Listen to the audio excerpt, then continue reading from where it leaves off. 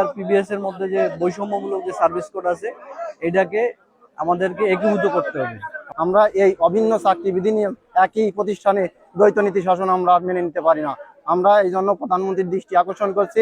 ঝড় বৃষ্টি নানা প্রতিকূল পরিবেশ অপেক্ষা করে আমরা দেশের সরকারের রাজস্ব ভান্ডার আর সমৃদ্ধ করে রাখি। এই মিটারটি অত্যন্ত নিম্নমানের মালামাল হওয়ায় এই মিটারের ভিতরে খুব অল্প দামের কম দামি অনেক যন্ত্রপাতি, সার্কিট, ক্যাপাসিটর, ব্যাটারি এগুলো রয়েছে। কিছুদিন পরেই এই মিটারটা হয় কি, বিএনটি কোম্পানির মিটারটা সামান্য বজ্রপাত বা ঝড় বৃষ্টিতে এই মিটারটা এত লাঞ্ছিত, এত বঞ্চিত করে রাখছে।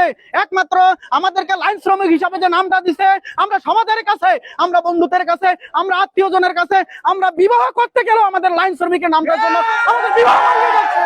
আমি জানে রাখতে যাচ্ছি যে এই বিআরবি পল্লী বিদ্যুৎ অফিসকে একটাই দাবি, একটাই চুক্তি, আমাদের চুক্তি থেকে মুক্তি দিতে হবে। আর যদি এই দাবি নিয়ে আরবির কর্মকর্তারা কোন রকমের প্রহসন, কোন রকমের নাটক, কোন রকমের ব্যঙ্গাত্মক উপন্যাস রচনা করে, তা আমরা মানি না, মানব না।